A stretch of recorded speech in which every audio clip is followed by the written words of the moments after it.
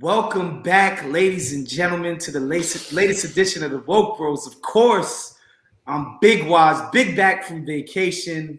Was in New York, was in Cartagena, back to New York, but I'm back off of vacation. Much needed rest and relaxation, much needed family time, friend time, fun time. But we're back to work, and joined as always on the west side of Los Angeles, my brother, my partner, Nando Vila. What's going on, bro?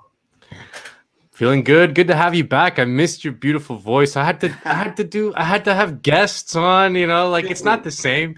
It's not the same. Like I was talking to Anna Kasparian yesterday, friend of the show, and she was like, I appreciate, the episodes that you guys have guests on, but I like it when you and Waz just shooting the shit. You guys like barely prepare, Exactly. And you just it's like a uninterrupted just convo, That's just right. between two Free buds flowing conversation. Yeah. But I did. Shouts to DB. Shouts to what's the councilman from LA? I forget his name. Hugo Soto Mendoza. Okay, Hugo Soto Mendoza. Shouts to both of them. DB killed it on the Afghanistan tip. Sorry, Hugo Soto Martinez. Excuse me, Soto Martinez killed it, just sort of explaining what local government means in the city of Los Angeles.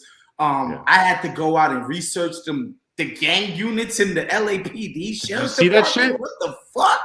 That was crazy, that shit? Because I had never even heard of that. But shouts to the guests that came through, of course. Thank you, Nando, for holding it down. But we're back this week. Just wanted to touch base on a couple of things. As you guys know, we watch cancel culture and liberalism with a very close eye here on this podcast, and something completely hilarious and ridiculous happened with a recent hire for the new Jeopardy host that me and Nando want to get into. But first, man, we pulled out of Afghanistan basically as I started my vacation. Joe Biden stuck to his guns. Many people have talked the talk about getting the hell out of these forever wars. Barack Obama, Donald Trump even paid lip service to it, even going so far as to negotiate a departure with the Taliban under his administration. But Joe Biden actually did it. He freaking left Afghanistan. And what's most important to me, Nando, as I'm reading up on Afghanistan and listening to hours and hours of podcasts from experts who've been paying attention to it all along, what you learn is a couple of things. One, yes, we knocked out Al-Qaeda pretty quickly. We beat back the Taliban. We sent them scurrying. We were able to conquer and secure Kabul, which is the sort of the city epicenter of the country. But guess what? The country is basically 75% rural. And very quickly after that, the Taliban took root in the countryside, and that was it. They were going to be intractable, basically, period, forever. So for essentially 15 years, we knew there was no way to win this thing. 15 years. Again, the stated goal was to go in, make Al-Qaeda pay. Taliban had previously collaborated with Al-Qaeda, so we were going to make them pay. We needed to kill bin Laden. That was the alleged, anyway, goal of invading that country in the first place. And we did that shit in pretty short order. Even if you want to say, all right, it took us till 2011 when bin Laden was finally captured and murdered. Okay, cool. 2011, that was 10 years ago.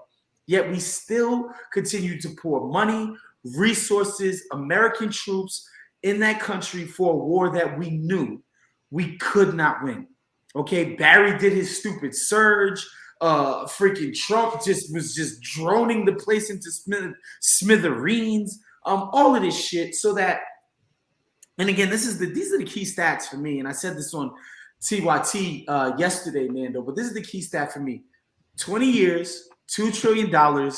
The government you poured those resources into collapsed in 7 days. Yeah. A fucking week. A week. That's insane, man. That's just like, dude, like I can't even. There's nothing to compare that to.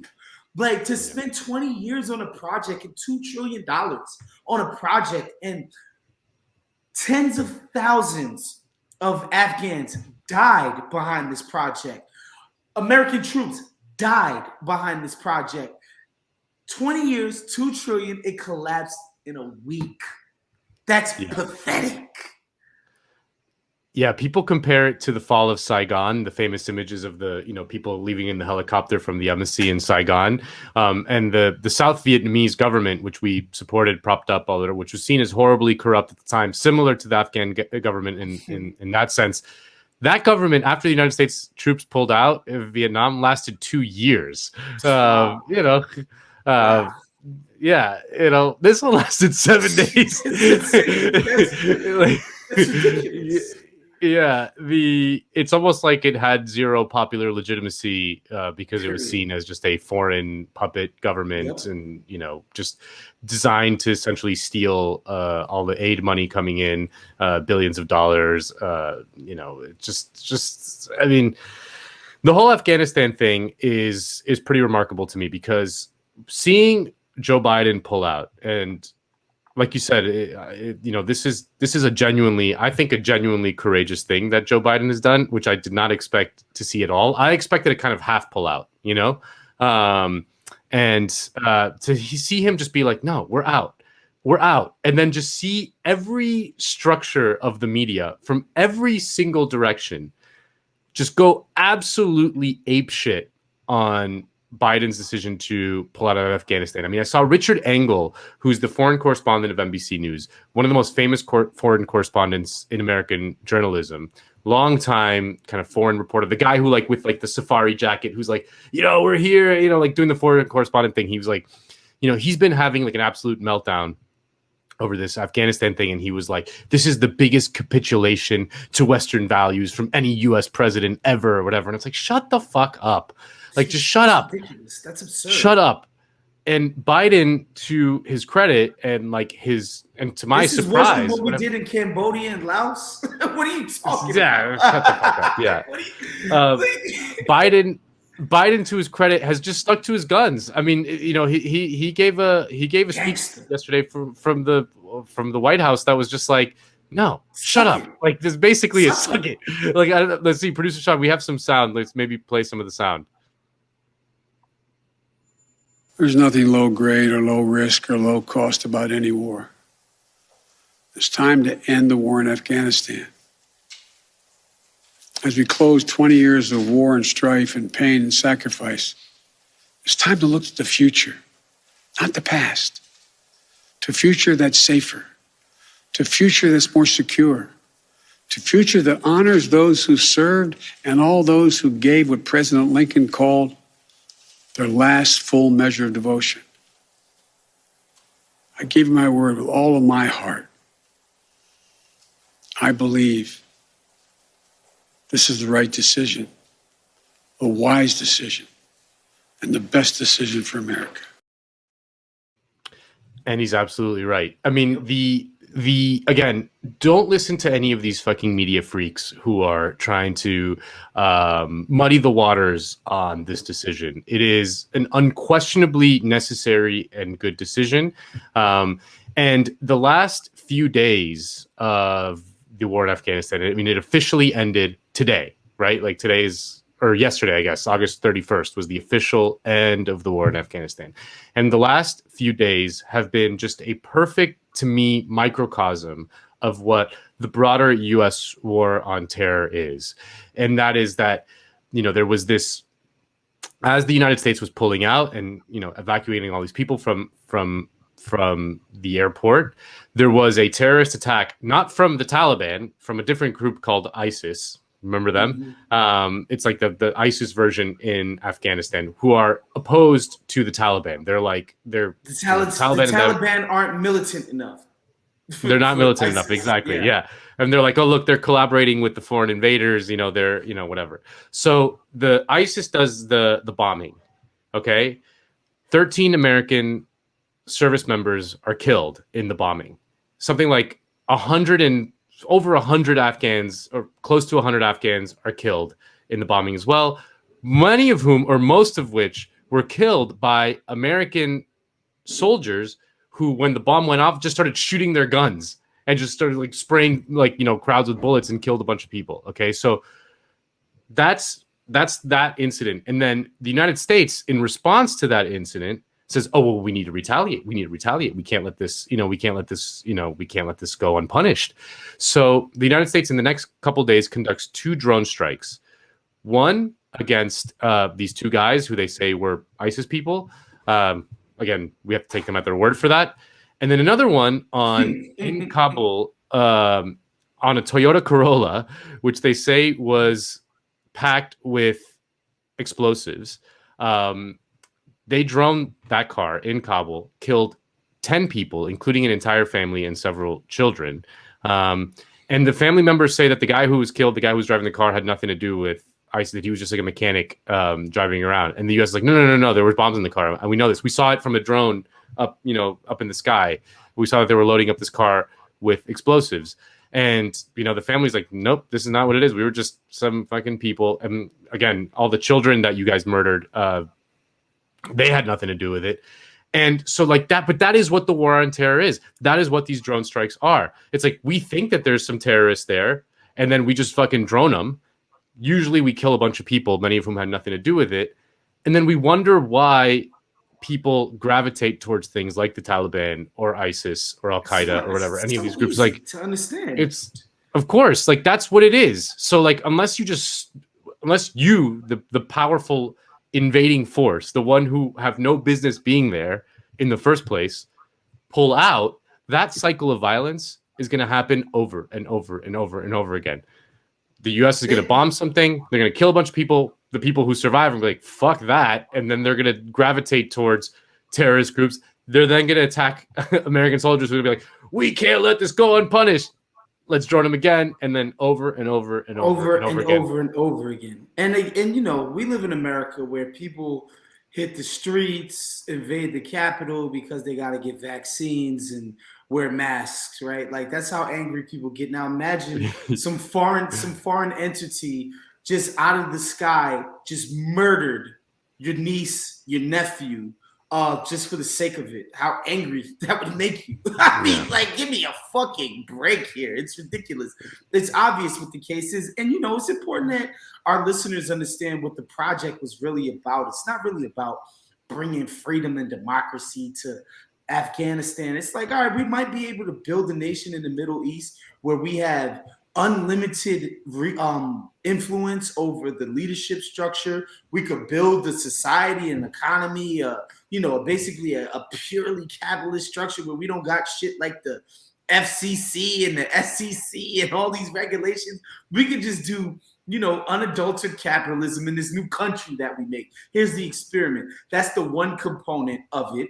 And the second component, of course, they don't see these people as equal people, right? Like you kind of don't have the right to govern yourself. You don't have the right to, whatever religious beliefs you have or whatever, because it is brown people in the Middle East. That's basically what it comes down to. And then actually, of course, and it can't be said enough, the third component of this is literally the military-industrial complex.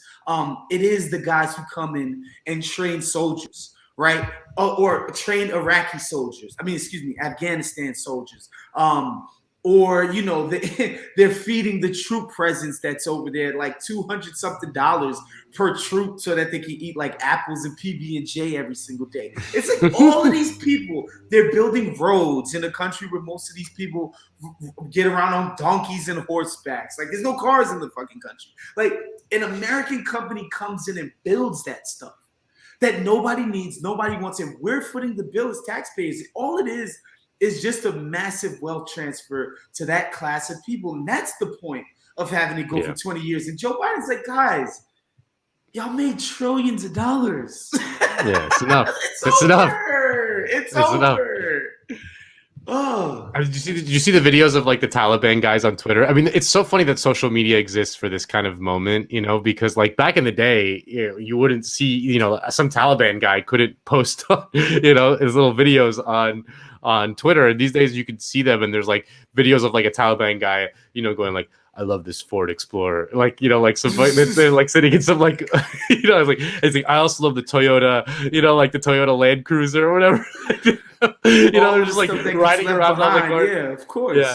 And like the thing now you're seeing is a lot of like these videos of like Taliban guys dressed in. Did you see that video of the Taliban guys dressed in full like special forces American you gotta send gear me that they like? You gotta Oh my send me god, that. it's so good. They're just like walking around an airport hangar, like looking like American This GIs, is but then great. the camera turns and it's a Taliban guy.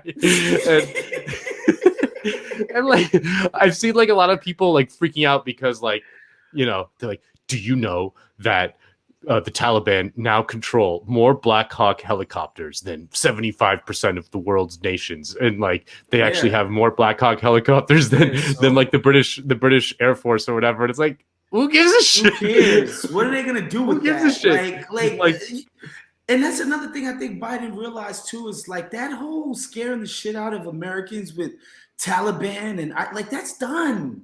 Americans have moved on. They're not scared of these cats no more. Y'all better start peddling China and all this other shit as scary boogeyman like this, because it's just cat.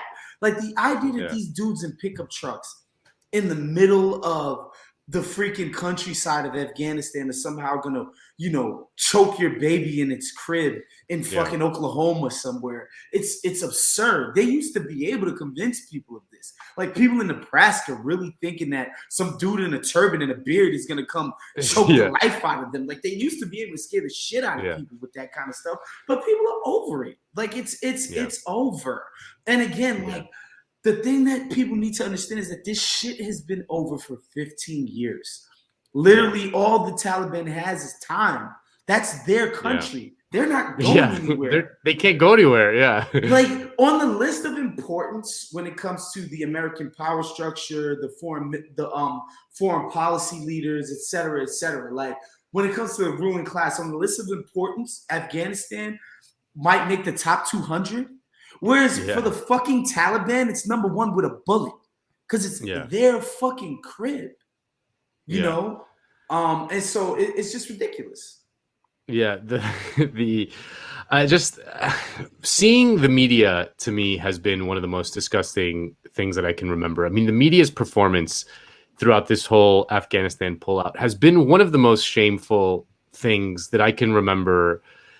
You know, it's up there with the WMDs were in Iraq kind of thing. But because, like, if you look at it coldly without this sort of, you know, fucking emotional investment that these people have in this stupid ass war, the pullout in Afghanistan has been pretty good. You know, like the media narrative has been like, oh, well, obviously the war needed to end, but like the way they did it, it's the way they did it that's the problem. Like they you know, it was chaotic and it wasn't planned. It's like as if like pulling out of a war is ever chaotic, not chaotic. Like they made a whole fucking movie about Dunkirk. Okay, you know, like pulling out is not easy. You know,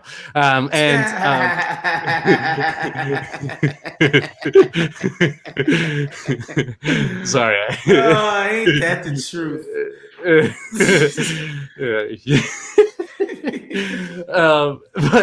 But really, at the end of the day, like there was tens of thousands of people in Americans in Afghanistan. That logistically is a very difficult thing. They cut a deal with the Taliban. The Taliban has aided the United States in getting those people out. They've actually been, you know, helping secure the airport and you know all the routes to the airport, and have been playing ball pretty remarkably that in the pullout. Like I think the narrative that the narrative the media portrays to regular people is that like the Americans are like pulling out while the Taliban are like, you know, bloodthirsty, like, you know, like just hordes at the gate, you know, like, and it's the Taliban has been cooperating with the United States to help in all the logistics of getting these people out. Why? Because they want to fucking govern the country. And the last thing they want is for the United States to like have any excuse to come back 100%. Or to send, like, even if it was like a small Delta force or whatever, like they just want them out. It's like, okay, like we just got to collaborate with you for like 2 weeks. Okay. And then you're out. Okay, great. We'll do it.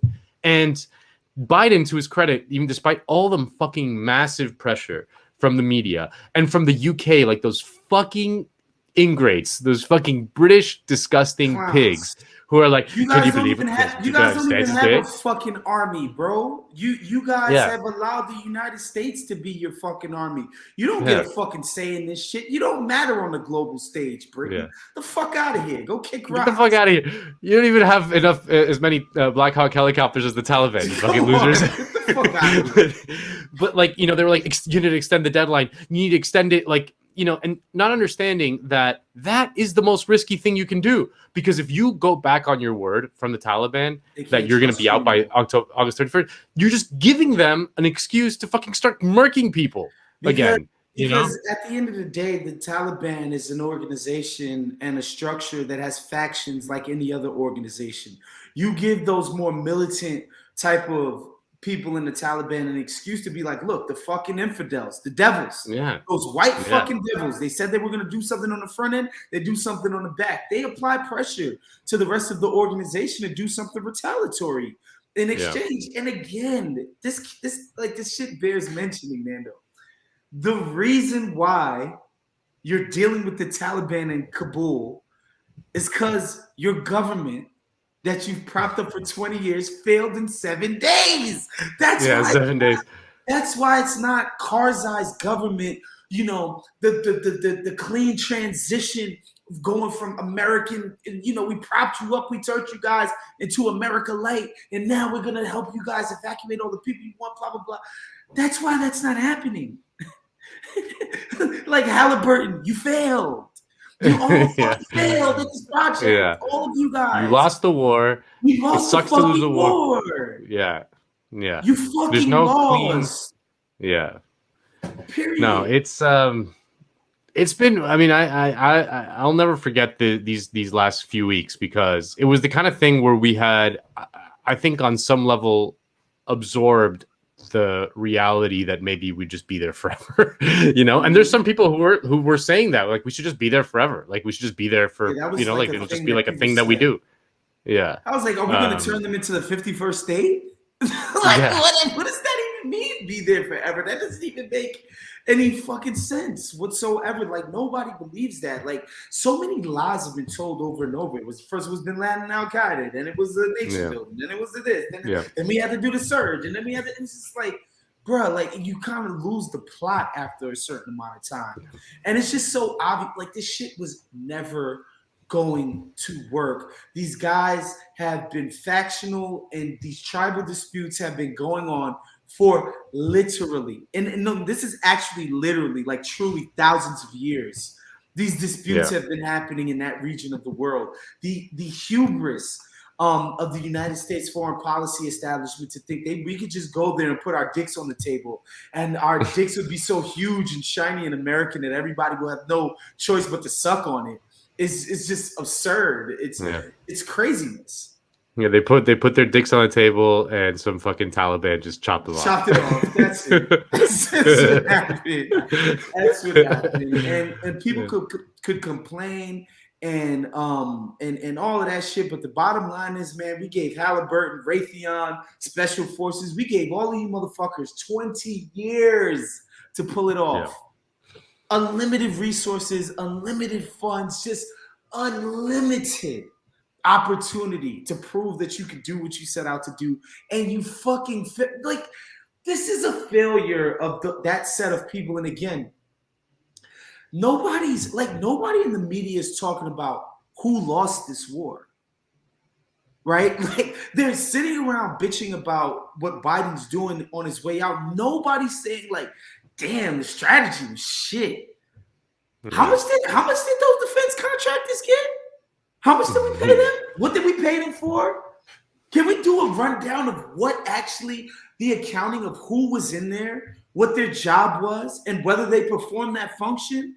Can we do an audit of this war in the media? Yeah. Let's do that one by one. Let's bring Dick Cheney in here. Let's dig up Rummy from the dead. Let's get George Bush in here. Let's get all of them in here, and let's do a personal accounting of, like, all right, we allocated this, because y'all said y'all was going to do this, that, and the third.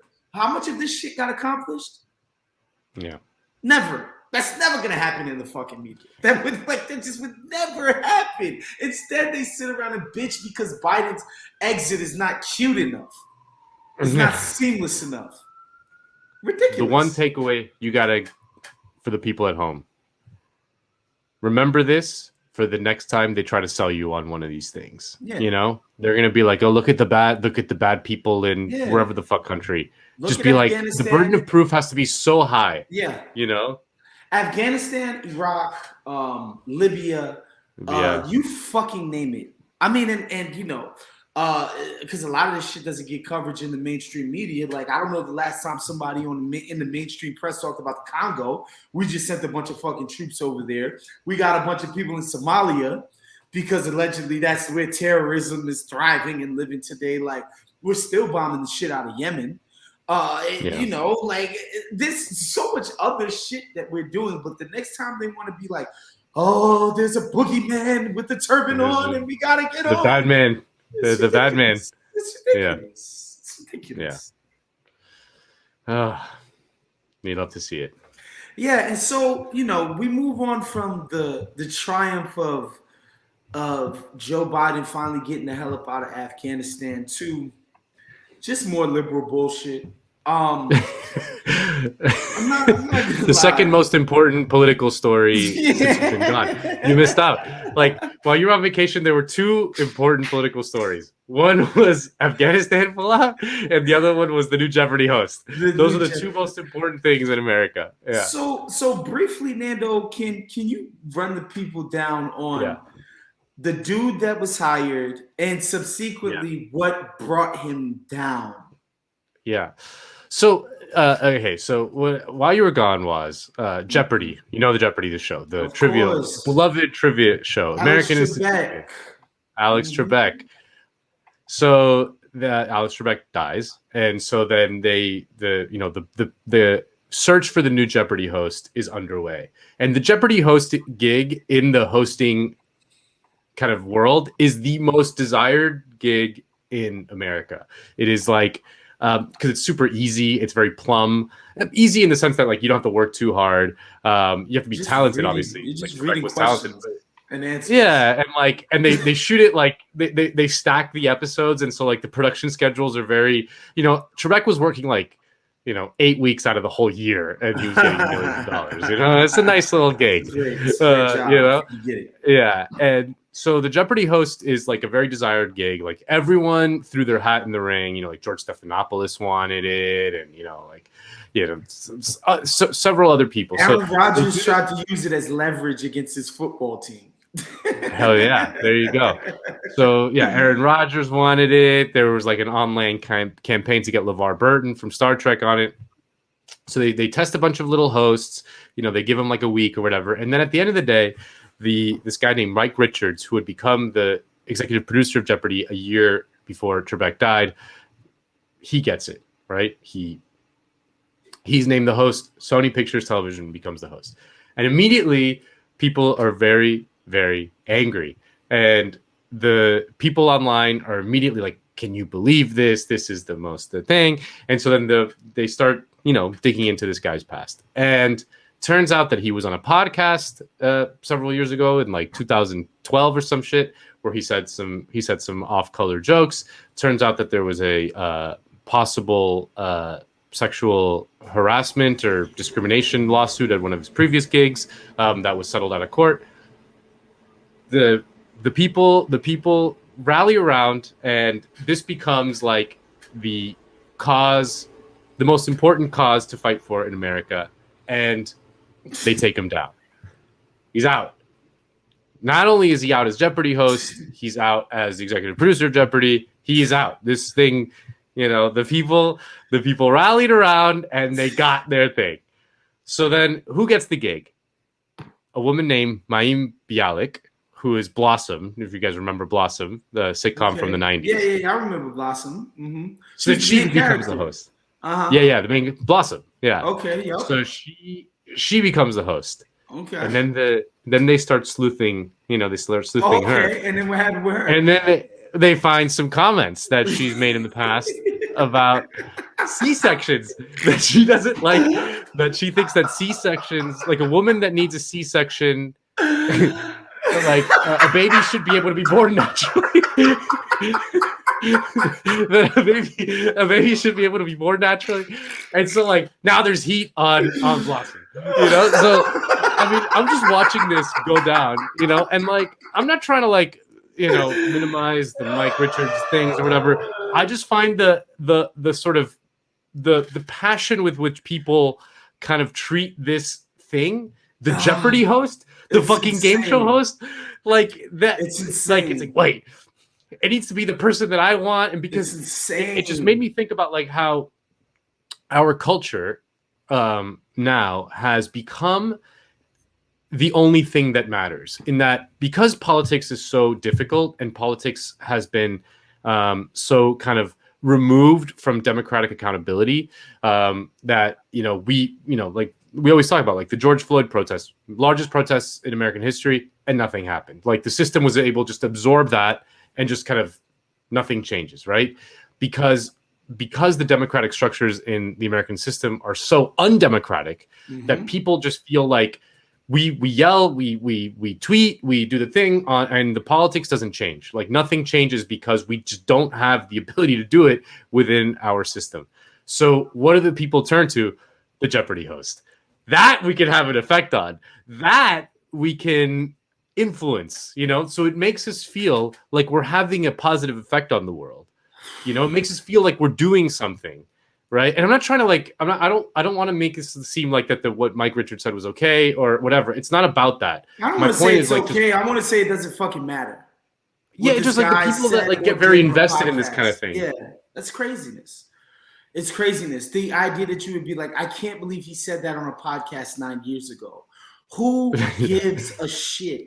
And the thing is, it's nobody's life is made better or worse by Mike Richards having this job or not having this job.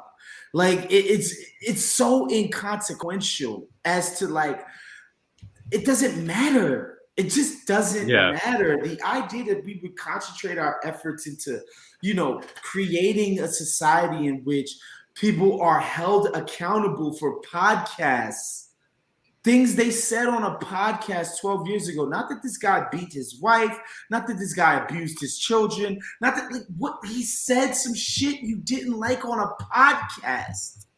That's his crime. He said some shit as a podcaster. Again, not that he even said it like while he was the head of state or while he had all these people's lives in his hands and he crushed them. And he was a podcaster giving takes, and you didn't like some of them from 9 years ago. How can this be a thing that matters? I just, it's beyond me, man. Or if Blossom has some weird thoughts about C-sections, like who gives a shit? Like what? Why is it relevant to it doesn't matter to the job. But like also like I'll just caring that much about the Jeopardy host in the first place to me is like kind of infantile, like it's just a fucking Jeopardy host. Like just fucking watch the show. Who gives a shit about what they think about like rearing children? I mean, I remember like you talked about it a lot, the Myers Leonard thing, and maybe because I'm a Heat fan, but like it happened to.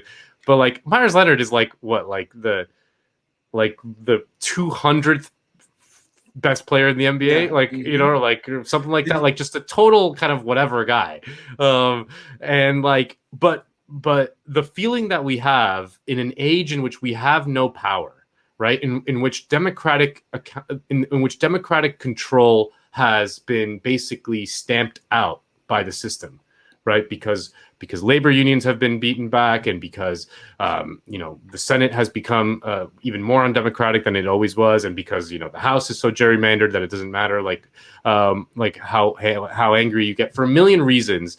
The American political system has basically been able to remove the little democracy part out of it. The banks still get richer, the rich still get richer, no matter how much you yell. Like the most awful people in the world continue to get richer, and your life continues to be slightly shittier every year. That feeling of being stuck and of not being able to influence events in the political system is what is driving us to then try to influence whether the eighth rotation player on the Heat said a bad thing while he was streaming a fucking Fortnite game or some shit with some 12-year-olds. That's what's going on there, and I just want to I want to people to understand that's the phenomenon at play. Because we feel powerless in politics, we feel the need to exert our influence in any way we can, and we can in these kind of discrete cultural things which don't affect anything. They don't matter at all, but it makes us feel like we're doing something.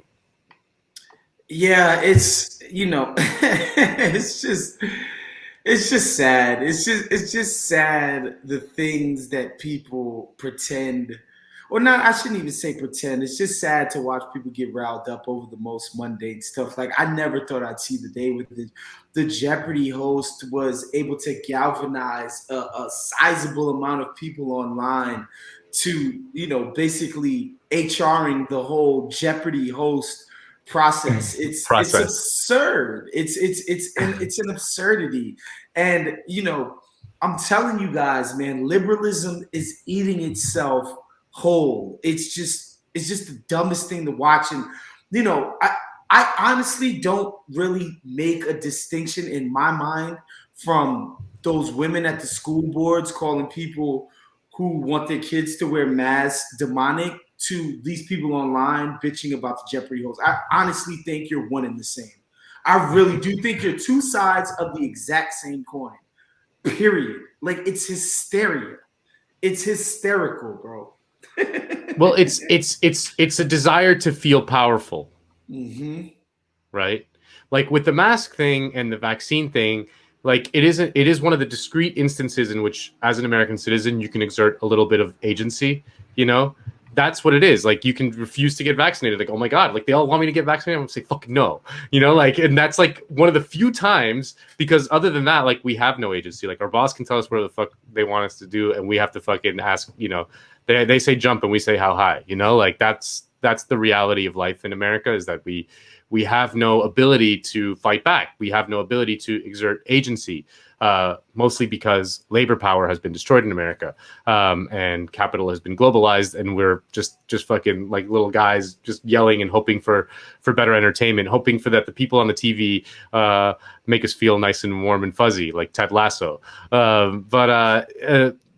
That's what's going on with the whole vaccine thing and the mask thing, is that there's this little instance, this little window of opportunity for certain people to say, like, no, fuck you. And a certain percentage of the population is gonna take that, because we have no power in any other realm. Same thing with the Jeopardy host. If a few people on Twitter get mad about the Jeopardy host, they're gonna take them down. It's fucking great, and it feels good, because we exerted a little bit of power.